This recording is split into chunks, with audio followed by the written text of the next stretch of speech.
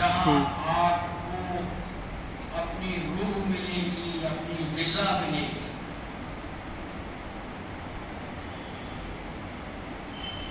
بہنوں اور بچیوں، آج ہر انسان اپنی زندگی کی ابتدا صبح سے کرتا ہے۔ صبح اٹھتے ہیں، ہر ایک کے اٹھنے کا اپنا اپنا انداز ہے، اپنے اپنے اوقات ہیں۔ پوری دنیا صبح کرتی ہے، تمام بر اعظم اور تمام ممالک میں صبح ہوتی ہے، لیکن ایمان والوں کی صبح جو ہے وہ اس کا ایک انداز الگ تھلگ ہے۔ ایمان والوں کی صبح اس وقت ہوتی ہے جب مرغے اذان دے رہے ہوتے ہیں، تہجد کا وقت شروع ہو جاتا ہے، اور اس وقت سے ایمان والوں کی صبح شروع ہوتی ہے۔ اور پھر جب نماز کا وقت شروع ہو جاتا ہے تو اذانیں مسجدوں سے ہوتی ہیں، اور پھر اس کے بعد پھر جماعت کا وقت ہے، جس کے لیے بچے 7 سال کی عمر کے اور ان کے والد اور بھائی بیٹے سب مسجد میں جماعت کی نماز پڑھنے کے لیے آتے ہیں، اور پھر اس کے بعد تیاری کر کے اپنے اپنے کاموں پر نکلتے ہیں۔ اور اس تیاری کے وقت چاہے مرد ہوں، چاہے عورتیں ہوں، چاہے بچے ہوں، چاہے بچیاں ہوں، اگر وہ تہجد کے ساتھ اور فجر کی نماز کے ساتھ اور اس کے بعد تسبیحات اور تلاوت اور عبادت اور دعاؤں کے ساتھ اور قرآن باضابطہ خوب اچھے سے پڑھ کے روزانہ ایک ایک ورق قرآن کی تلاوت، قرآن کا ترجمہ اور اس کی تشریحات کے ساتھ، پھر اللہ توفیق دے 2-4 رکعت نماز اشراق چاشت کے ساتھ، پھر وہ جب تیاری کر کے نکلیں گے اپنے اپنے کاموں پر، عورتیں اور مرد، بچے اور بچیاں، جس کا جو بھی سورس آف انکم ہے، جس کا جو بھی پیشہ ہے، جب وہ تیار ہو کے نکلیں گے، یاد رکھیے گا کتنا سکون اس وقت دل میں ہوگا، کتنا اطمینان اس وقت ہوگا، کتنی خوشی اس وقت ہوگی، اور دل خوشی خوشی نکلے گا۔ جس کام پر بیٹھیں گے، جس کام کے لیے نکلیں گے، انشاءاللہ وہ کام ہو کے رہے گا، اس میں منافع ہوگا، اس میں برکتیں ہوں گی، اس میں سکون ہوگا، اور دن اچھا گزرے گا، اگلی نمازوں کی توفیق اللہ دے گا، اور کبھی کسی کو تکلیف نہیں دن بھر پہنچائے گا، زبان کی حفاظت بھی کرے گا، دل کی حفاظت بھی کرے گا، کانوں آنکھوں کی حفاظتیں بھی کرے گا، اور رات کو واپس لوٹے گا تو پرسکون پر اطمینان زندگی کے ساتھ گھروں میں بڑی محبت ہوگی، ہمدردی ہوگی، داخل ہوں گے گھر میں تو ہر ایک سلام کے ساتھ داخل ہوگا، کوئی کسی کو سلام کریں گے، اور خوشی خوشی جو ہے ایک دسترخوان پر بیٹھ کر ماں باپ اور بچے بیٹیاں اور بہو بچے سارے ایک ہو کر، نیک ہو کر، اچھے ہو کر، اور بالکل صاف ستھرے دل و دماغ کے ساتھ بیٹھیں گے، اور پھر کھانے سے فارغ ہو کر دن بھر کا چرچا کریں گے، دن بھر کا تذکرہ کریں گے کہ آج کا دن ہمارا کیسا گزرا، اور پھر کوشش کریں گے کہ ہمارے گھر میں اس کے بعد پھر قرآن کی تفسیر ہو، درس قرآن ہو، درس حدیث ہو، حدیث کی وہ معتبر کتاب پڑھی جائے جس کی سوسائٹی کو، معاشرے کو، آج کی نوجوان نسلوں کو اس وقت ضرورت ہو اور اس کو صحیح پڑھا جائے اور سمجھا جائے اور فارمیلٹی کے طور پر نہ ہو، بلکہ ایک حدیث اس کا درس دیا جائے اور اس کا مطلب اور معنی سمجھایا جائے، سب کو مطمئن کیا جائے۔ 7 سال کا بچہ اور بچی بھی بیٹھے اور 60 سال کے بزرگ بھی بیٹھے، ایک ساتھ بیٹھ کے ہم اس طرح کا جب ماحول گھروں میں بنائیں گے تو بیٹیوں یاد رکھنا، بچیوں اور بہنوں یاد رکھنا کہ انشاءاللہ اس کے ذریعے سے جو دلوں میں سکون پیدا ہوگا، وہ سکون اچھے لباس پہننے سے نہیں ہوگا، سوٹ بوٹ پہننے سے نہیں ہوگا، میک اپ کرنے سے نہیں ہوگا، پرفیوم لگانے سے نہیں ہوگا، اور رنگا رنگ کپڑے، دوپٹے، جوتے، چپل اور چوڑی اور انگوٹھیاں پہننے سے نہیں وہ سکون حاصل ہوگا، کیونکہ اللہ نے قرآن میں کہا ہے، اے نبی صلی اللہ علیہ وسلم آپ ان سے فرما دیجئے، ان عورتوں اور مردوں سے کہہ دیجئے، الا بذکر اللہ تطمئن القلوب، کہ آگاہ ہو جاؤ، خوشخبری ہے تمہارے لیے کہ سنو، اگر دلوں میں اطمینان چاہتے ہو، دلوں میں برکتیں چاہتے ہو، دلوں میں سکون چاہتے ہو، سخی زندگی چاہتے ہو، تو وہ صرف اور صرف اللہ کے قرآن میں ہے، اللہ کی کتاب کو پڑھنے سے ہے، اللہ کی کتاب کو سمجھنے سے ہے، اللہ کی کتاب کو سمجھانے سے ہے، اور پھر اس کے میسیج کو، اس کے پیغام کو پوری انسانیت تک پہنچانے میں سکون آئے گا۔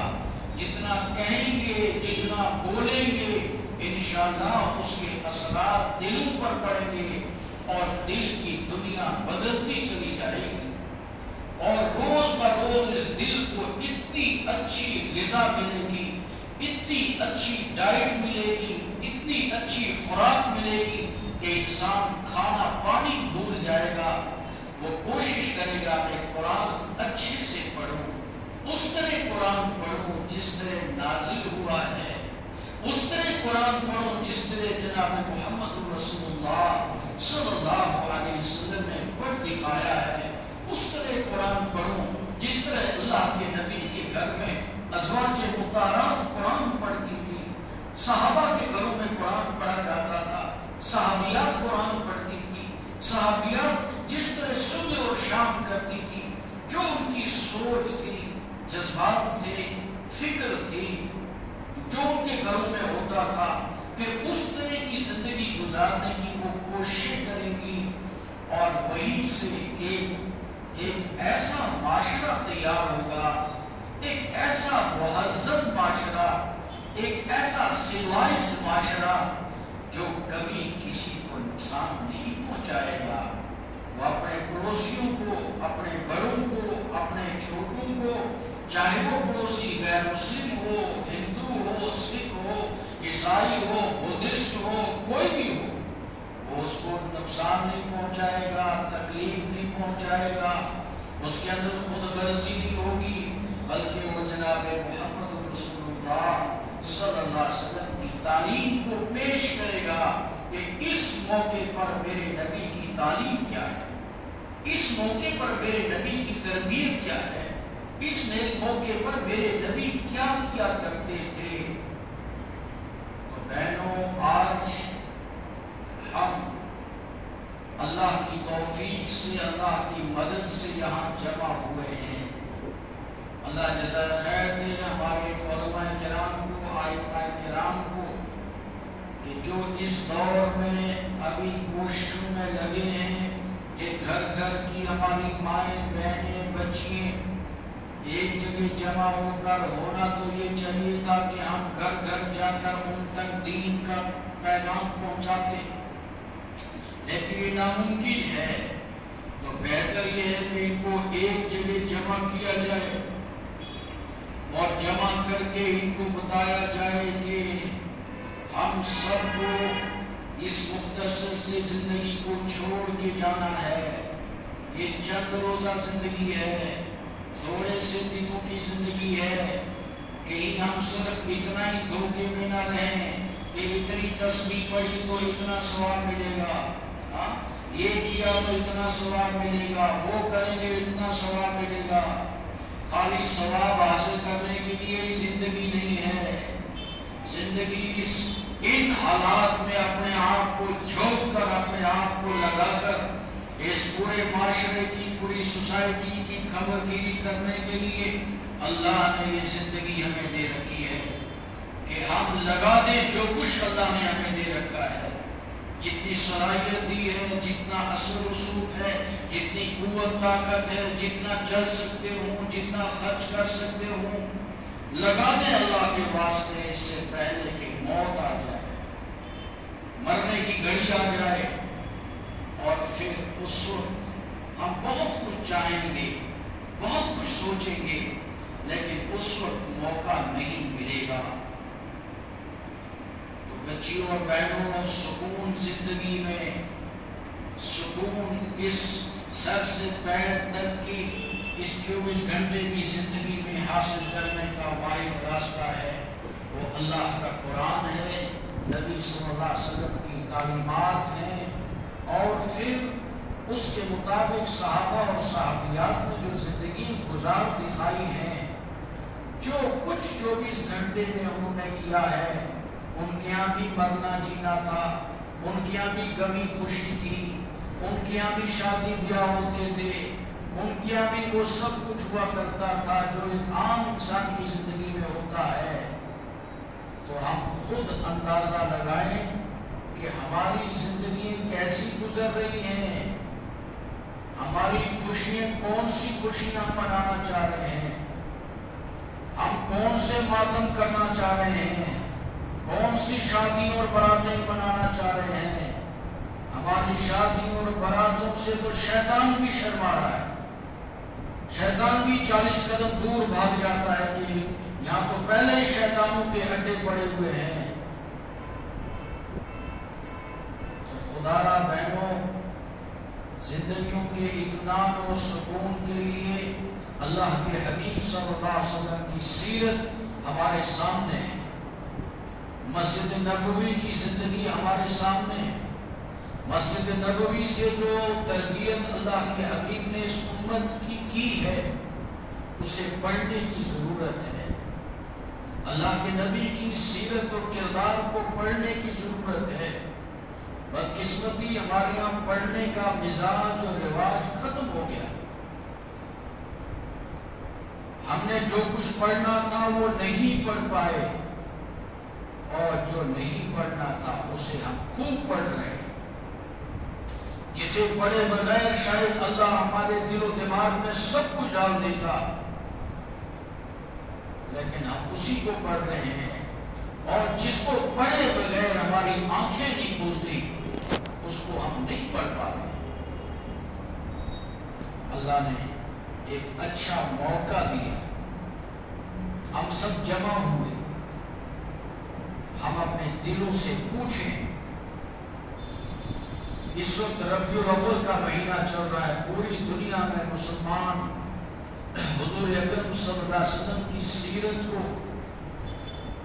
عام کرنے اور بیان کرنے کے لیے پروگرامز کر رہے ہیں، اور ہم نے بھی بس 12 ربیع الاول پکڑ کے رکھا ہے کہ 12 ربیع الاول اور بس پھر سال بھر چھٹی۔ کل ہم ایک غیر مسلم اسکول میں تھے جہاں ہائر سیکنڈری تک 7000 بچے تھے۔ ربیع الاول کا پروگرام وہ منا رہے تھے، 2 بچے مسلم تھے اور ایک استاد ان کے پاس تھے، باقی سب غیر مسلم، ہندو، سکھ، کرسچن، بچے بچیاں، اسٹاف، اور وہ ننگے پاؤں تھے پورا کل اس پروگرام کے 4 گھنٹے میں، ننگے پاؤں، صرف اس لیے کہ یہاں اللہ کے نبی کی سیرت بیان کی جائے گی، اس لیے یہاں جوتے پہن کے نہیں چلنا ہے۔ بہت خوبصورت ڈیکوریٹ کیا تھا انہوں نے، گراؤنڈ کو سجایا تھا، پورا پروگرام ہندو، سکھوں اور کرسچن بچے اور بچیوں نے اللہ کے نبی کی سیرت پر ایسی ایسی تقریریں پیش کی، اردو، انگلش، وہ پوری مکمل ہندی اور سنسکرت میں، کہ رونا آ جاتا تھا سن کر، کیونکہ وہاں جو بچہ جاتا ہے وہ قوم کی کریم ہوتی ہے، ذہین بچے ہوتے ہیں، ان کے والدین کا ایک مشن ہوتا ہے، ایک مقصد ہوتا ہے۔ اس کے برخلاف ہمارے مسلمانوں کے بچے اور بچیاں کہاں ہیں؟ ان کی تربیت کیسے ہو رہی ہے؟ ماں کے پیٹ میں بچہ ہے تو کس حال میں بچہ ماں کے پیٹ میں پل رہا ہے، بڑھ رہا ہے؟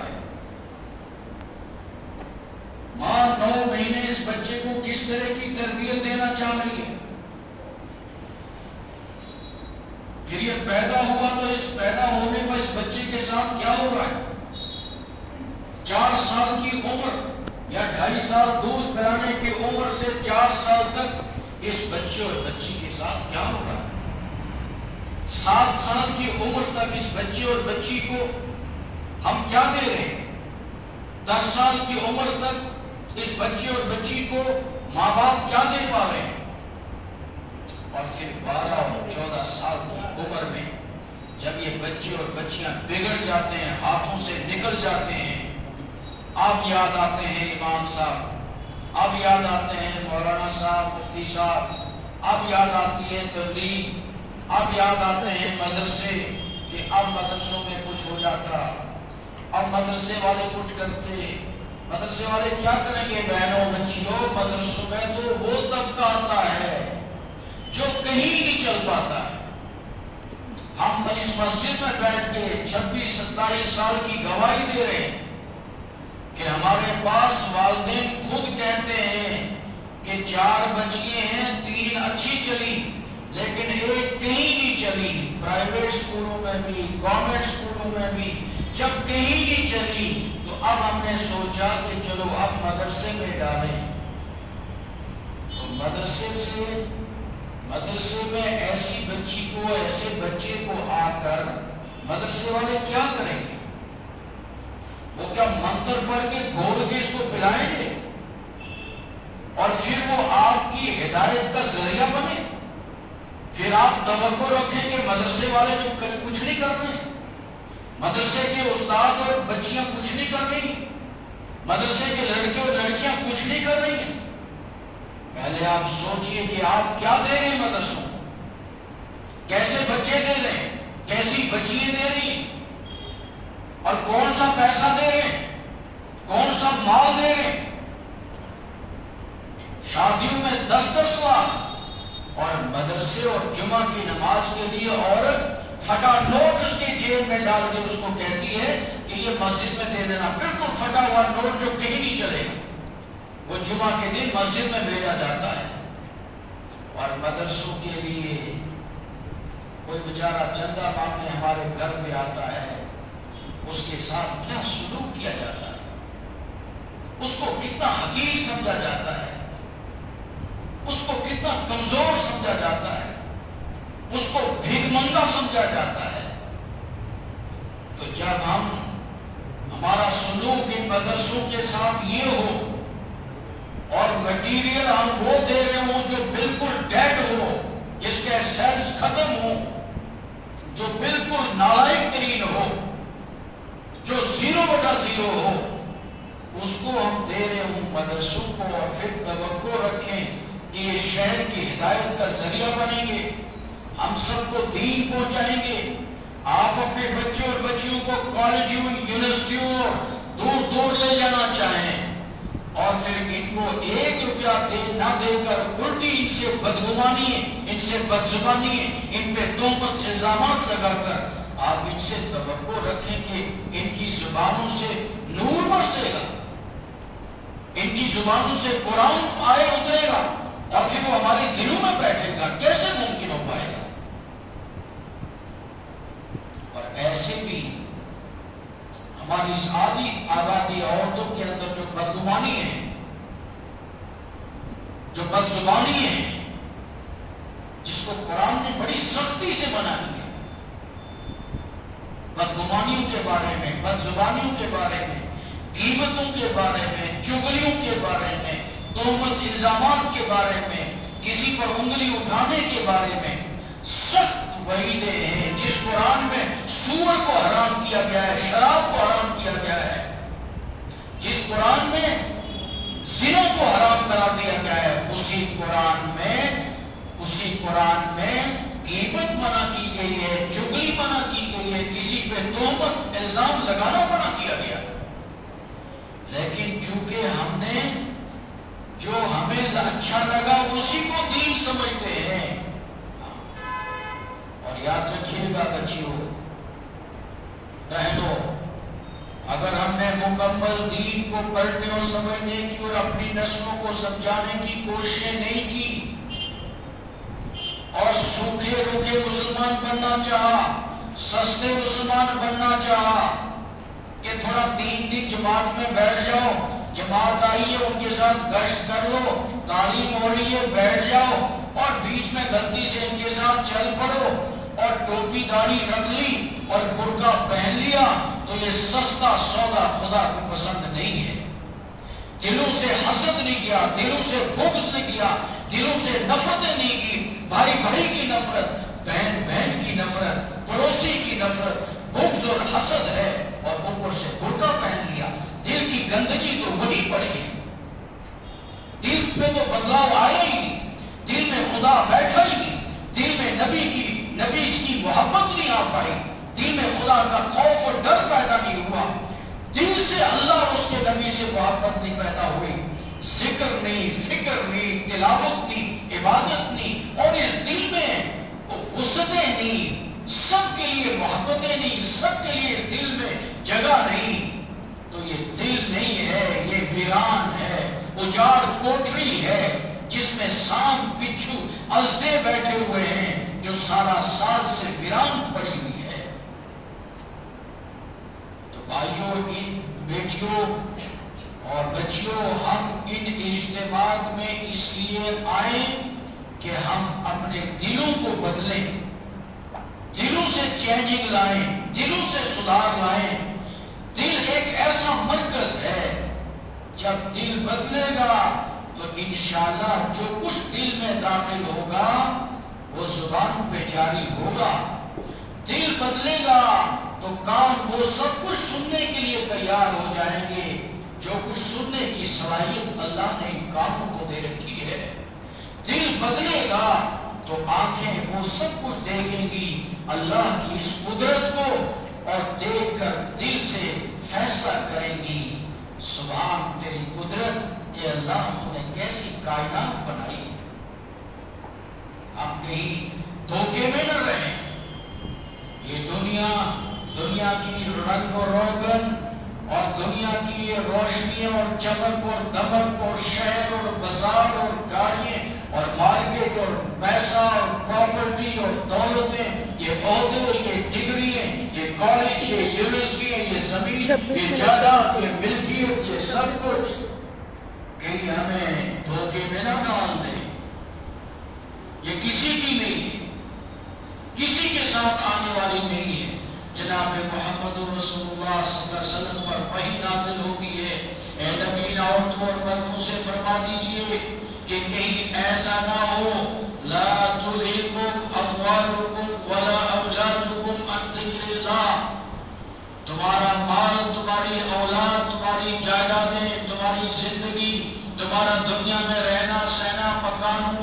مکانوں کو ڈیکوریٹ کرنا، کچن سجانے اور شاپنگ کر کر کے گھر بھرنے، سوٹ پر سوٹ، بوٹ پر بوٹ، ہر فنکشن میں پہنچنا، شادیوں میں پہنچنا، شادیوں میں براتوں میں جا کر زینت بھرنا،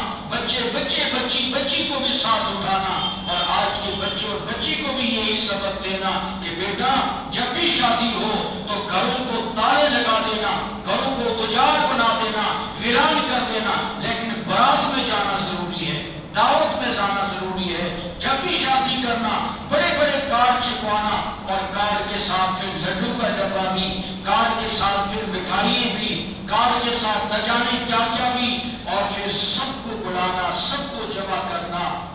اور بڑی بے حیائی کے ساتھ، بڑی بے شرمی کے ساتھ، کوئی تمیز نہیں عورتوں اور مردوں کی، اور پھر چل رہی ہے براتیں، لڑکی کی بھی برات، لڑکے کی بھی برات، لڑکی کا بھی ولیمہ، لڑکے کا بھی ولیمہ۔ یہ کہاں کا عمدہ پن ہے،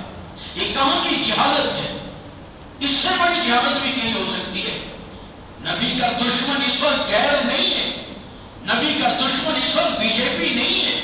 نبی کا دشمن اس وقت نبی کا نام لینے والا ہے، جو نبی کے دین کو مٹا رہا ہے، جو نبی کے دین کو نقصان پہنچا رہا ہے، جو نبی کے دین کو پھولنے پھلنے نہیں دے رہا ہے، جو نبی کے دین کی غلط ترجمانی کر رہا ہے۔ حضور اکرم صلی اللہ علیہ وسلم نے ارشاد فرمایا تھا، بدل اسلام غریبا سیعودہ کما بدا۔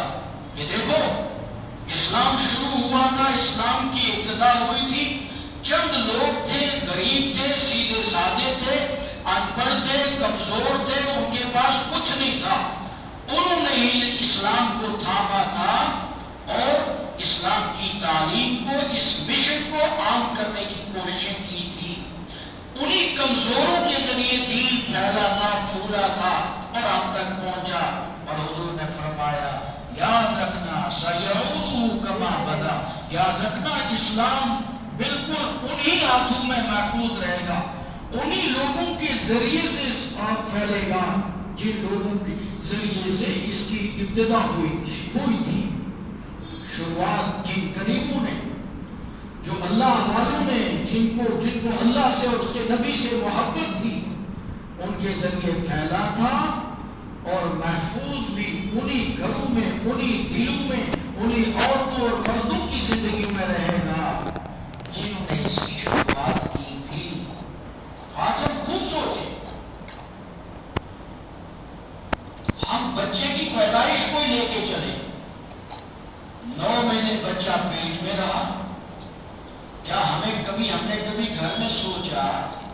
کہ میری اس بیٹی کے پیٹ میں بچہ پرورش پا رہا ہے؟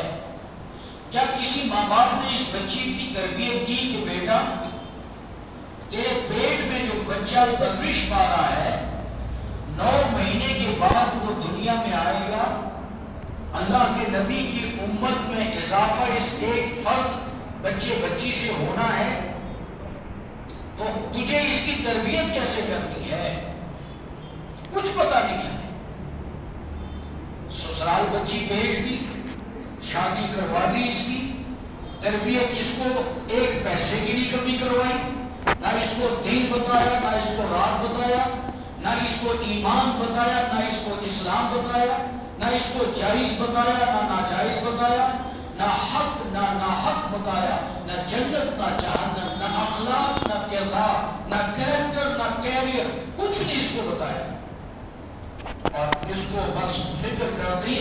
سونا جمع کر دیا، پراپرٹی پیسہ بینک بیلنس جمع کر دیے،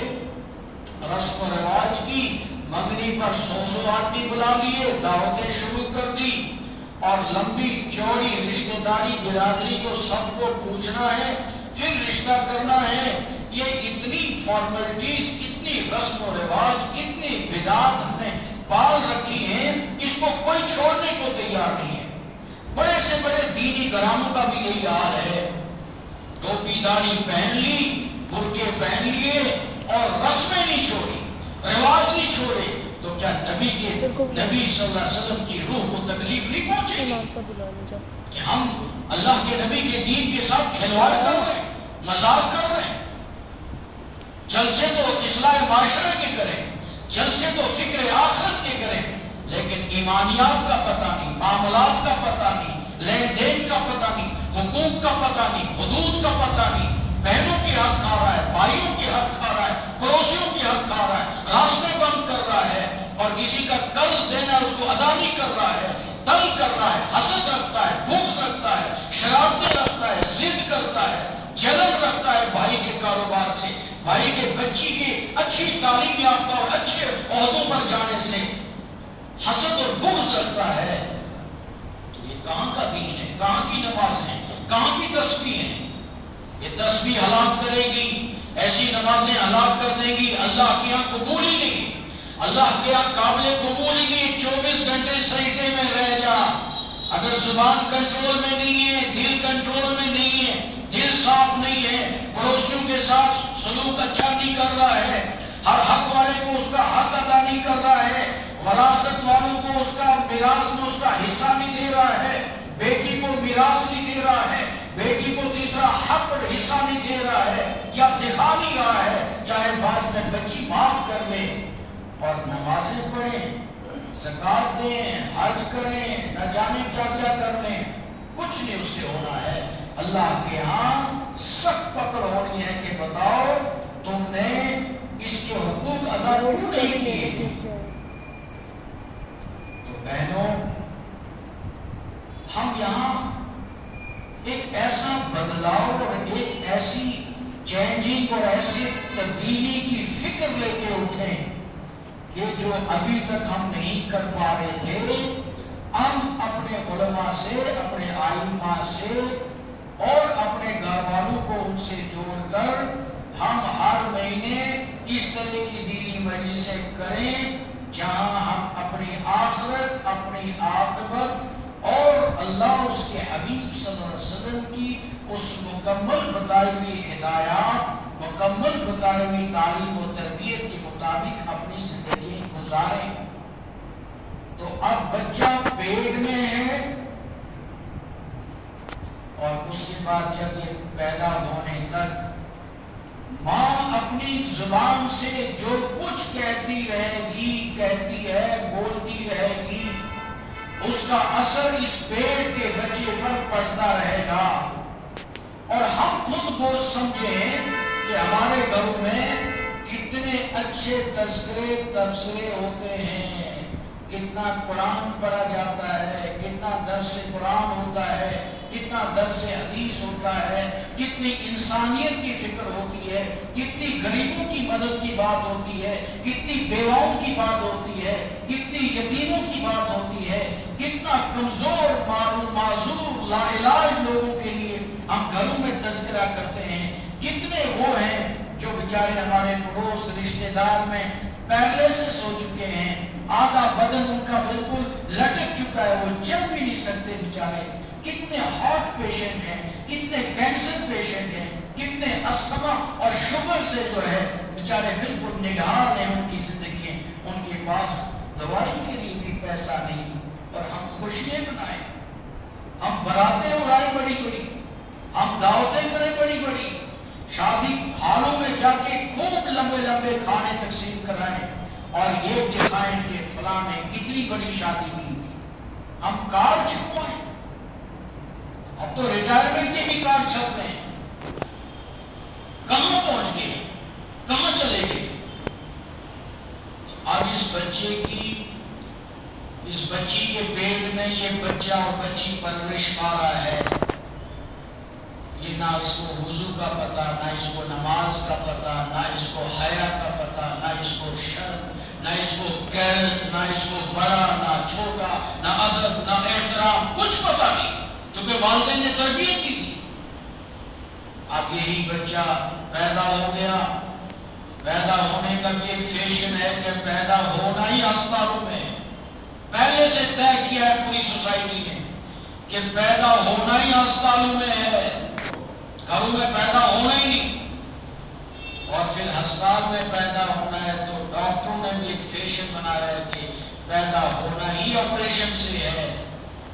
آپریشن کے بغیر پیدا کرنا ہی نہیں ہے۔ اور اس کے بعد پھر ہمارے ہسپتالوں کی جو حالتیں ہیں، آپ جائیے ہمارے ہسپتالوں کے جو ہالز ہیں جہاں ڈیلیوری ہو رہی ہے، وہ ڈیلیوری ہالز کے فرنٹ پہ لکھا ہوتا ہے کہ جینٹس آر ناٹ الاؤڈ۔ اس کے بعد بھی ساری جتنی بھی ڈیلیوری کا پروسیس ہے سارا مرد کر رہے ہیں، یہاں تک کہ آج کی ہماری پڑھی لکھی لڑکی جس کو زہر دے رہے ماں باپ، جو صبح سے شام تک کیا کر رہی ہے، پڑھ رہی ہے، پڑھ رہی ہے، پڑھ رہی ہے، پڑھ ہی رہی ہے، اور آج تک وہ ایک سلیقے سے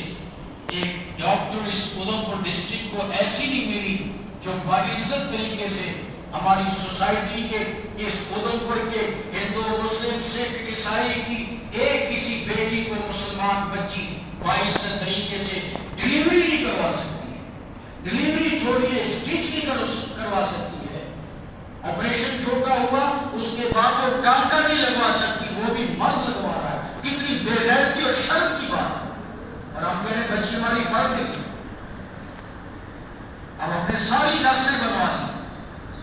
نس بنوا دی، انجیکشن لگوانا نہیں آتا، نس بنا دی، 4 دوائیں دینا نہیں آتی. چونکہ وہ ہوا میں ہے، اس نے کوٹ تو پہن لیا، وائٹ سوٹ پہن لیا، اسٹیتھو گلے میں لٹکا دی، لیکن اس کے دل میں وہ عظمت نہیں ہے کہ میں خدمت کروں گی، انسانی ناطے میں خدمت کروں گی سب کی. کوئی بھی آئے میرے پاس اور میں اس جذبے سے سیکھوں گی، میں سب کے کام آؤں گی. کوئی لالچ نہیں، پیسہ مال دولت کچھ نہیں، میں خدمت کروں گی اور خدمت کے جذبے سے انسانیت کو بچاؤں گی، انسانیت کے کام آؤں گی. کچھ پتا نہیں جو ایمان والوں کی اپنے گھروں کو، اپنی بیٹیوں بچوں کو نہ سمجھے، وہ انسانیت کو کیا سمجھے، وہ انسانیت کو کیسے فائدہ پہنچا پائے گی. تو اب یہ بچہ اور بچی پیدا ہوئے، سسرال والے بھی کھڑے ہیں، میکے والے بھی کھڑے ہیں، دونوں طرف کے لوگ کھڑے ہیں. بچہ ہوا تو چرچے ہوتے ہیں، مٹھائیاں مبارکیں شروع ہو جاتی ہیں. اور بیٹی ہوئی تو بیٹی پر سب کے منہ لٹک جاتے ہیں اور نہ جانے کیسے کیسے کفریہ الفاظ کہہ کر اللہ کو، اس کے حبیب کو بھی ناراض کر رہے ہیں، اور اس بچی اور اس کے والدین کو، دل کو کتنا ٹھیس پہنچا رہے ہیں، کتنی تکلیف پہنچا رہے ہیں. اور پھر یہ ساس اور اس کے شوہر کی یہ بہن، یہ کتنے تانے اس بچی کو دیتی ہے. بیٹی پیدا ہونے پر اس بچی اندر اندر سے روتی ہے اور یہ چاہتی ہے کہ مجھے یہی مار دو اسپتال میں، میرا کیا قصور. پھر اس بچی کے ساتھ آگے جو کچھ ہوتا ہے، بچے کے ساتھ ہفتوں تذکرے میں گزر جاتے ہیں. بچی ہوئی، پریشان، بچے ہوئے تو اتنی خوشیاں کہ یہ بھول ہی جاتے ہیں اذان اور تکبیر، اللہ کی بڑائی اور کبریائی کے وہ بول، وہ الفاظ اس بچے اور بچی کے کانوں میں سنانا بھول جاتے ہیں. بچہ رو رہا ہوتا ہے، بڑھیاں کہتی ہیں، بڈھے کہتے ہیں کہ اس کو دودھ پلاؤ، بچے کو بھوک ہے. بہنوں اور بچیوں،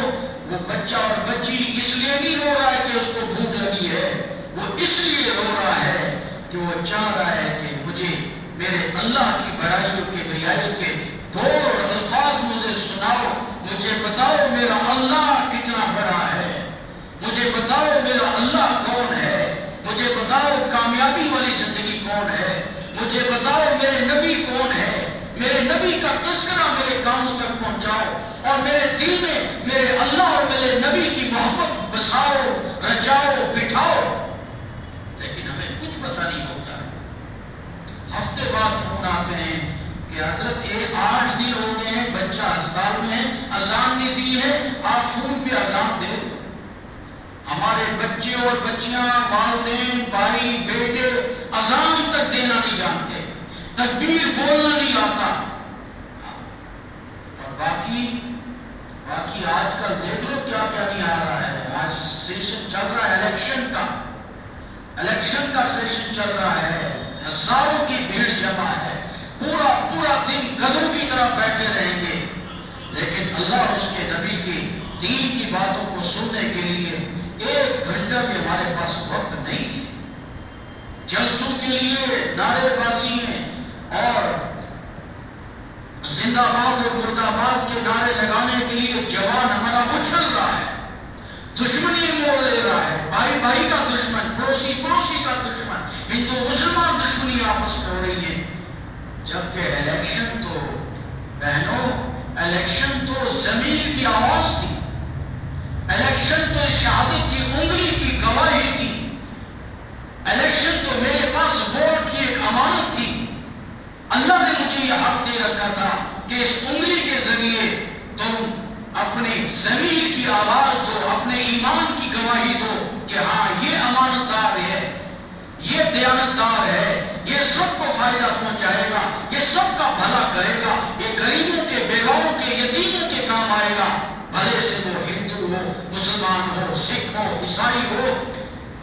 شریعت کہتی ہے کہ تمہارے یہاں انتخاب اور الیکشن میں انتخاب کا چننے کا جو آلہ ہے وہ صرف اور صرف امانتدار ہے، دیانتدار ہے، قریب پرور ہے، ہر ایک تک پہنچنے والا ہو، ہر حق والے کو اس کا حق دلا کے رہے،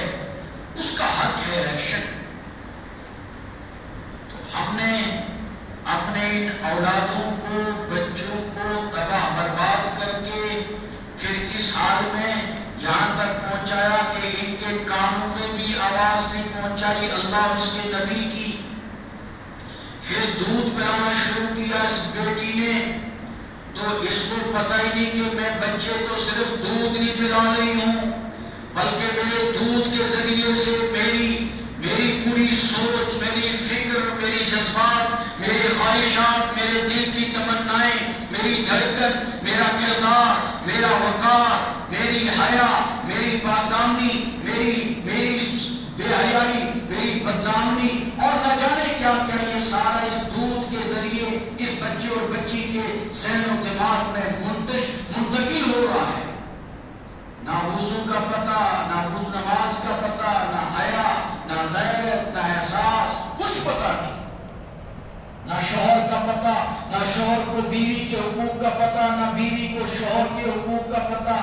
دونوں آپس میں لڑ بھڑ رہے ہیں، جھگڑ رہے ہیں، بدتمیزیاں کر رہے ہیں، بد زبانیوں سے پیش آ رہے ہیں، کوئی نرم زبان، نرم لہجہ اور فرینکلی گھروں میں رہنے کو تیار نہیں۔ چیتے اور اسدے اور سانپ اور بچھو کی طرح کوئی کسی پر ڈس رہے ہیں،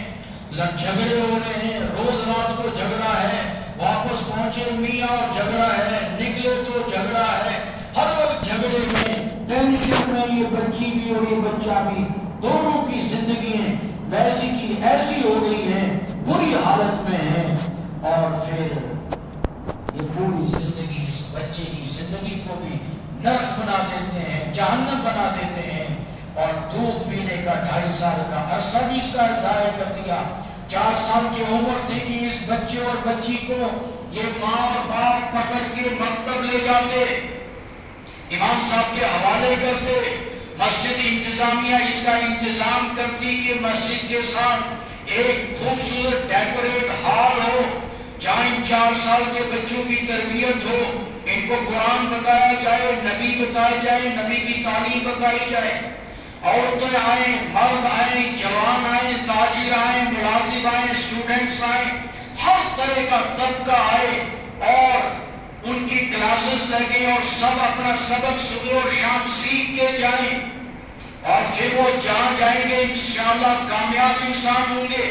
وہ تجارت میں جائیں، وہ تعلیم میں جائیں، وہ کسی ڈپارٹمنٹ میں سروس کریں، وہ نوکری کریں، وہ تجارت کریں، وہ مزدوری کریں، وہ محنت کریں، وہ لین دین کریں، آپس میں جہاں بھی رہیں وہ سچے ہوں گے، سچائی کو ترجیح دیں گے، حق بات کہیں گے، سنیں گے، بری بات نہیں کریں گے، کسی کو تکلیف نہیں پہنچائیں گے، نہ حق پیسہ کسی کا نہیں کھائیں گے، کسی کو تکلیف کا ذریعہ نہیں بنیں گے، اور خود گھاٹے میں رہیں گے، دوسروں کو فائدہ پہنچائیں گے۔ ان کو اس 4 سال کی عمر میں جہاں اللہ بتایا جائے گا، نبی بتایا جائے گا، قرآن بتایا جائے گا، حفظ کروایا جائے گا،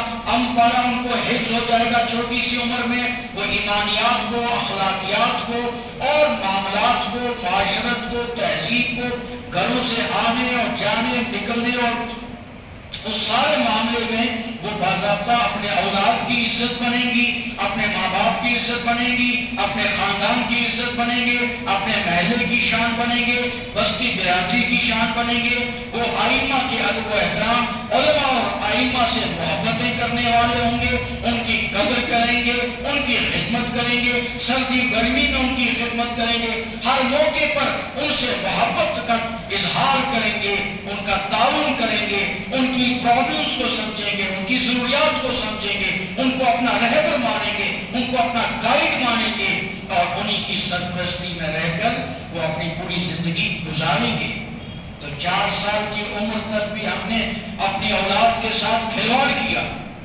4 سال کی عمر تک بھی ہم نے اپنے بچے اور بچیوں کو بچیوں کا دین اور بچوں کو بچوں کا دین نہیں بتایا،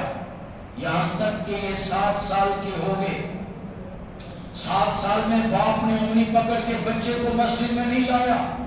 7 سال کی عمر میں بچی کو حیا نہیں، پردہ، شرم، غیرت، لباس نہیں بتایا ماں نے کونے کی 4 دیواری میں اذان ہوتے ہی فوراً اس کو نماز اپنے ساتھ سکھا کر نماز نہیں پڑھائی، رکوع و سجدے نہیں سکھائے، طریقہ سلیقہ تہذیب ازواج مطہرات کی تعلیم، بہادر خواتین اسلام کی قربانی وہ نہیں سکھائی ان کو.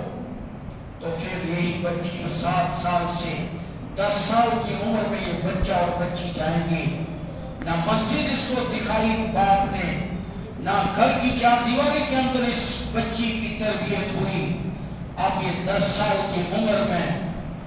آ چکی ہے، اب یہ تمیز نہیں کر پا رہا ہے آج کا معاشرے میں انسان کہ یہ لڑکا ہے یا لڑکی ہے. لڑکی لڑکوں کے لباس پہن رہے ہیں، لڑکے لڑکیوں کے لباس پہن رہے ہیں، اور ماں اور باپ خوش ہو رہے ہیں کہ ہمارے بچے تو بالکل بڑے بہادر ہیں، یہ بڑے اسمارٹ ہیں، ہینڈسم ہیں، اور لیز اور کرکرے کھلا کے چنگم کھلا کے ان کے معدوں میں زہر پیدا کر دیا گیا ہے. ان کی بھوک ختم ہو چکی ہے، اور وہ زہریلے تیل کے ذریعے سے اور گندے تیل کے ذریعے سے، کہیں سور کی چربی کے ذریعے سے وہ لیز کرکرے کھا کے ان کے معدے جواب دے چکے ہیں. فیٹس اور کیلسٹرول ان کے اندر بھر چکا ہے، اور وہ بالکل سمجھو ہوا بھرے ہوئے غبارے بن چکے ہیں. پولٹری فارم کی ککڑی اور مرغیاں بن چکے ہیں جو ایک قدم نہیں دے سکتے ہیں. اور ماں باپ خوش ہیں، ہمارے بچے بڑے ہینڈسم اور سمارٹ ہیں. نہیں ہیں، وہ بیماریوں کے اڈے ہیں، وہ ناکام ہیں، وہ کبھی بھی کسی میدان میں کامیاب نہیں ہو سکتے، بیکار ہیں اور نالائق ہوں گے، کسی کام کے نہیں ہوں گے. اور پھر یہی بچے 12 سے 14 سال کی عمر میں آئیں گے. جب تربیت کس طرح کی نہیں ملے گی، سب سے پہلے یہ ماؤں کی بدنامی کا، باپ کی بدنامی کا ذریعہ بنے گی. یہ بے لگام گھوڑی کی طرح گھومیں گے، بے لگام جانوروں کی طرح گھومیں گے. یہ دونوں، یہ ماں باپ کو، یہ گھر کو، یہ بستی کو، یہ مسجد کے امام صاحب کی گردن کو نیچے کرنے کے لیے مجبور کریں گے. اور پھر 18 سال کی عمر کا یہ انتظار کریں گے، اور یہ انگلی دکھائیں گے ماں باپ کو، جاؤ اب ہم بالغ ہو چکے ہیں، اب ہم بالغ ہیں، اب تم کچھ نہیں کر سکتے، کوئی ہمیں کچھ نہیں کر سکتا، ہماری اپنی مرضی ہے، ہم جو چاہے وہ کریں گے. ماں کو دھکا دے رہی ہے آج کی بیٹی، ماں کو کہتی ہے یار ہٹ جا، ماں بھی کہتی ہے بیٹی کو یار، اور بیٹی بھی کہتی ہے ماں کو یار، باپ بھی کہہ رہا ہے بیٹے کو یار، اور بیٹا بھی کہہ رہا ہے باپ کو یار. جس معاشرے سوسائٹی میں اتنی بے خدا، اتنی بے حیائی، بے شرمی ہو، جہاں رشتوں کا پاس لحاظ نہ ہو، جہاں آپس میں ادب و احترام نہ ہو، تو وہاں پھر وہ معاشرہ پھر ارتداد کا اور اللہ اور اس کے حبیب کا منکر بنے گا. پھر بچی ہماری مرتد ہو جائیں گی، اور پھر وہ اپنی مرضی اور منمانی کی زندگی گزاریں گی، اور وہ کہیں گی میرا بدن، میری مرضی، میری چاہت، میرا شوق، مجھے کوئی کچھ نہیں کر سکتا ہے. تو پھر یاد رکھیے گا وَإِن تَتَوَلَّوْا يَسْتَبْدِلْ قَوْمًا غَيْرَكُمْ ثُمَّ لَا يَكُونُوا أَمْثَالَكُمْ. قرآن نے کہا ہے نبی صلی اللہ علیہ وسلم آپ فرما دیجئے کہ اے لوگوں، اگر تم نے روگردانیے کی، نافرمانی کی، بغاوت کی، سرکشی کی، قرآن سے دوری اختیار کی، جان بوجھ کے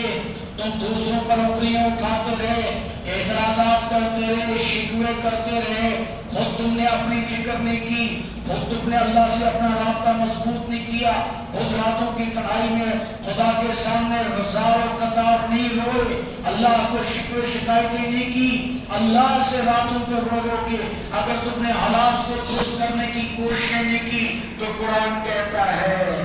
وَإِن تَتَوَلَّوْا، اگر تم نے قرآن کو ناکافی سمجھا، قرآن کی تعلیم کو ناکافی سمجھا، ایمان کی ناقدری کی، اسلام کی ناقدری کی، اسلامی شاعر کی ناقدری کی، اسلامی کلچر اور تہذیب کو تم نے ٹھکرایا،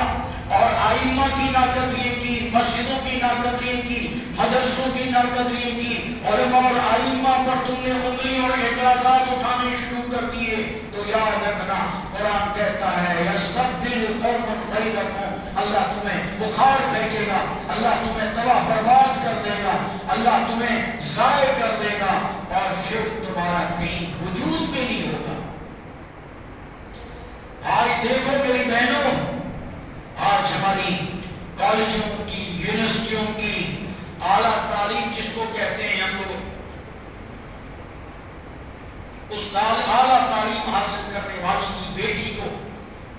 اس کے لباس کو پہلے دیکھیے، اس کا لباس دیکھیے، سر سے پیر تک اس کا لباس دیکھیے، اس کے بکھرے بال دیکھیے، اس کی رف ڈرائیونگ اسکوٹیوں کی دیکھیے یا فور ویلر کی اس کی آوارہ گردی کی ڈرائیونگ دیکھیے، بکھرے بال دیکھیے اس کے، شراب اور نشے اور سگریٹ پر بھی آ چکی ہماری بیٹی، آوارہ گردی کے ماحول میں، پارکوں میں اور ایکسکرشن میں، ناچ اور ڈھول گانوں میں، الیکشنوں میں آج ہماری مسلمان لڑکیاں ناچ رہی ہیں، کھلے عام ناچ رہی ہیں، کشمیر میں ناچ رہی ہیں، اننت ناگ میں ناچ رہی ہیں، کھلے عام سوشل میڈیا پر ناچ ہے، ننگا ناچ ناچا جا رہا ہے، اور ہم کہیں گے تبدیلیاں بھی، بدلاؤ آئے گا، انصاف آئے گا، عدل آئے گا، کبھی نہیں آئے گا، اور خدا کی طرف سے لعنتیں برسیں گی، اور ظالم مسلط ہوں گے، اور ظلم ہوگا، اور تو چھوڑیے جناب محمد رسول اللہ صلی اللہ علیہ وسلم کی تعلیم سے آج بہنوں اگر ہم واقف ہوتی تو ہم گھر سے نکلنے سے پہلے اپنی بچیوں کی یونیفارم اور لباس چیک کرتی، وہ چاہے اسکول جا رہی، چاہے کالج جا رہی، چاہے میڈم ہے، چاہے وہ اسٹوڈنٹ ہے، چاہے وہ اسٹاف ہے، چاہے وہ ڈاکٹر ہے، چاہے وہ انجینئر ہے، چاہے وہ پروفیسر ہے، چاہے وہ ایجوکیشن میں ہے، چاہے وہ پی ڈی ڈی میں ہے، سوشل ویلفیئر میں ہے، وہ کسی بھی ڈپارٹمنٹ میں ہے، وہ پولیس میں ہے، وہ کہیں بھی ہے، ماں اور باپ کی ذمہ داری بنتی ہے کہ گھر کے گیٹ سے نکلنے سے پہلے اس کے سر پہ ہاتھ رکھ اور اس کے سر سے پاؤں تک اس کا لباس چیک کر، اس کے سر سے دیکھ پیر تک کیا یہ ایک مومن گھر کی بیٹی نکل رہی ہے یا ایک منکر ایک مشرک گھر کی بیٹی نکل رہی ہے، اس کا لباس کیا گواہی دے رہا ہے، یہ ایک مومنہ کا لباس ہے، کیا یہ وہ لباس پہن کے جا رہی ہے جو اللہ کے نبی کی رحمتوں کی مستحق ہوگی، کیا یہ وہ لباس پہن کے جا رہی ہے جو اللہ کی طرف سے لعنتیں اس پر برستی ہوگی، اس گھر پر لعنتیں، اس والدین پر لعنتیں، ایسے معاشرے پر لعنتیں۔ حضور نے فرمایا تھا ایک وقت آئے گا عورتیں مردوں کے لباس پہنیں گی، مرد عورتوں کے لباس پہنیں گے، اور پھر ان میں مشابہت ہوگی، عورتوں کے شلوار، عورتوں کے پائجامے ٹخنوں سے اوپر ہوں گے تو اللہ کے نبی نے فرمایا لعنت ہے، لعنت ہے، لعنت ہے ایسی عورت پر، ایسی بیٹی پر جس کے ٹخنے دکھ رہے ہوں، پائجامہ تھوڑا سا بھی اوپر ہے اور پاؤں کے ٹخنے دونوں سائڈوں سے دکھ رہے ہیں، لعنت فرمائی اللہ کے نبی نے فرمایا کل قیامت کے دن نظر رحمت سے اللہ نہیں دیکھیں گے اس کو، اور لعنت فرمائی اس مرد پر جس کے ٹخنے نہ دکھیں، جس کے ٹخنے نہ دکھیں اور اس نے پائجامہ اور پینٹ لٹکا کے رکھی ہو اپنی پرسنالٹی ڈیولپمنٹ کے لیے، پائجامے لٹکا کے رکھے ہوں تاکہ میری پرسنالٹی اچھی بنے، اور لڑکی ٹخنے سے اوپر پائجامہ رکھ کے اپنے آپ کو یہ کہلانا چاہ رہی ہے کہ میں بہت بڑی اعلیٰ تعلیم یافتہ ہوں۔ بچوں اعلیٰ تعلیم یافتہ اس کو نہیں کہتے ہیں، اس کو کہتے ہیں اعلیٰ الیٹریٹ، اعلیٰ جاہل، اعلیٰ آخری درجے کی جاہل لڑکی کہ جس کا لباس ایسا ہو، جس کا بھڑکاؤ لباس ہو، جس کا بھڑکاؤ کلر ہو، جو ایسے لباس پہنے کہ اس کے بدن کا نشیب و فراز دکھے، جس کو نہ دیکھنے والا بھی دیکھے، اس کو لباس کہتے ہیں۔ یہ تو ننگی چل رہی ہے۔ حضور نے فرمایا دور آئے گا کہ ننگے پن میں چلیں گی، وہ یہی ننگا پن ہے، لباس پہنا لیکن ننگی ہے، اور ماں باپ خوش ہیں، ماں باپ مطمئن ہیں۔ تو خدا کے واسطے اللہ اور اس کے حبیب صلی اللہ علیہ وسلم کی ان کی طرف سے بھیجے ہوئے اس عذاب کا مستحق ہم نہ بنے، ہماری سوسائٹی نہ بنے، ہمارے بچے نہ بنے۔ تو اب یہ 18 سال کی عمر ہو گئی، اب اس نے جانا ہے شادی کرنے دوسرے گھر میں۔ اس میں کوئی شرم نہیں ہے کہ آج کی بیٹی معاشرے میں کل کی ماں ہے، آج کی سکن ٹائٹ پہننے والی، آج کی جینز پہننے والی، آج کی ہاف شرٹ پہننے والی، آج کی آوارہ گردی کرنے والی، آج کے بکھرے بال چھوڑنے والی، جس کو نہ گھر کا پتہ، نہ گھاٹ کا پتہ، نہ ماں کا پتہ، نہ باپ کا پتہ، نہ تہذیب، نہ ثقافت، نہ کلچر، جس کو گھر کی چار دیواری کے اندر نہ گھر کے کھانے کے امور خانہ داری کی مہارت نہیں ہے، صفائی کرنے نہیں آتی، پوچھا کرنا نہیں آتا، کپڑا دھلنا نہیں آتا، پریس کرنے نہیں آتے، جس کو ادب نہیں ہے، احترام نہیں ہے، جو رشتہ داری کو نہیں سمجھتی، برادری کو نہیں سمجھتی، بڑا اور چھوٹا نہیں سمجھتی، ادب و احترام نہیں سمجھتی، جو ساس کو ساس ماننے کو تیار نہیں، جو سسر کو سسر ماننے کو تیار نہیں، جس کی تربیت ماں نے یہ نہیں کی بیٹا تو اب جا رہی ہے، تیری ماں میں اب مر چکی ہوں، تیری ماں وہاں پر ہے، تیرا باپ مر چکا ہے، تیرا باپ اب سسر ہے، وہ دوسرے گھر میں جا کے اگر اس گھر میں جا کے اس کو ماں اور باپ نہیں سمجھتی ہے تو پھر وہ ماں باپ بھی اس کو اپنی بیٹی سمجھنے کو تیار نہیں ہے۔ دونوں طرف سے ہو رہا ہے۔ سسرالی معاشرہ تو ہے ہی ظالم۔ ایک اچھی خاصی یہی بیٹی جب تک یہ عورت ہے تو ٹھیک چل جاتی ہے، جیسے ہی یہ اپنے بچے کی شادی کر کے بہو کو لاتی ہے اور ساس کا ٹیگ جب اس کے اوپر لگ جاتا ہے تو یہ ایک دم آٹومیٹیکلی ظالم بن جاتی ہے، جابر بن جاتی ہے، یہ اس بچی کا جینا حرام کر دیتی ہے، اس کو گھٹنے پہ مجبور کر دیتی ہے، وہ اس کا جی گھٹتا رہتا ہے اور راتوں کو روتی ہے، وہ اپنے شوہر کو بھی نہیں بتا پاتی ہے، اپنے ماں باپ کو بھی نہیں بتا پاتی ہے۔ اکثر بچیاں سوسائڈ کر رہی ہیں، اکثر بچیاں خودکشی کر رہی ہیں، تیل اپنے اوپر ڈال کے اپنے آپ کو تباہ ختم کر رہی ہیں۔ بیٹیوں، بہنوں، اپنے معاشرے کو، اپنی سوسائٹی کو صاف پاک دامن ماحول بنانے کی کوشش کیجیے۔ گھروں کے اندر صرف وائٹ واش ماربل اور پینلنگ اور سیلنگ اور لائٹنگ کے ذریعے گھر آباد نہیں ہوں گے، یاد رکھنا۔ یہ گھر آباد ہوں گے اللہ کے قرآن سے، ذکر سے، تلاوت سے، عبادت سے، تہجد سے، چاشت سے، اشراق سے، اوابین سے، صلاۃ التسبیح سے، صلاۃ التوبہ سے، صدقات سے، زکوٰۃ سے، لوگوں کے امداد سے، غریبوں بیواؤں کی مدد کرنے سے، بیماروں کے لیے مدد کرنے سے، اور اپنے گھر میں بیٹھ کر راتوں کی تنہائی میں امت کے پوری انسانیت کے ایک ایک فرد کی ہدایت کی دعاؤں کے لیے، اور اس کے لیے پھر گھروں میں انشاءاللہ اللہ کا نور آئے گا، اس دسترخوان پہ برکتیں آئیں گی، وہاں چین آئے گا، اطمینان آئے گا، سکون آئے گا، محبتیں عام ہوں گی۔ یہ صحابہ کی صفت قرآن نے بتائی، وَيُؤْثِرُونَ عَلَىٰ أَنفُسِهِمْ وَلَوْ كَانَ بِهِمْ خَصَاصَةٌ۔ یہ صحابہ کی صفت ہے بہنوں کہ خود خسارے اور گھاٹے میں رہتے تھے اور دوسروں کو فائدہ پہنچاتے تھے، خرچ کرتے تھے، خرچ کرنے کے جذبات ان کے اندر اتنے تھے، اور ہم ساری دنیا مر جائے پرواہ نہیں ہے، لیکن میرا گھر، میری چاردیواری مضبوط ہونی چاہیے۔ ہر سال ڈیولپمنٹ ہوتی ہے ہمارے یہاں، نماز کی کبھی ڈیولپمنٹ نہیں ہوئی، تلاوت کی کبھی ترقی نہیں ہوئی، بچوں کی ترقی ہمیں کبھی کرنا نہیں چاہیے دینی اعتبار سے، لیکن گھروں کو اکھاڑ رہے ہیں۔ اب ماربل پرانا ہو گیا، نئے ڈیزائن کے ٹائل آئے، اب ٹائل بھی پرانے ہو گئے، نئے ڈیزائن کی پینلنگ آ رہی ہے، نئے ڈیزائن کی وہ کیا کہتے ہیں پینلنگ اور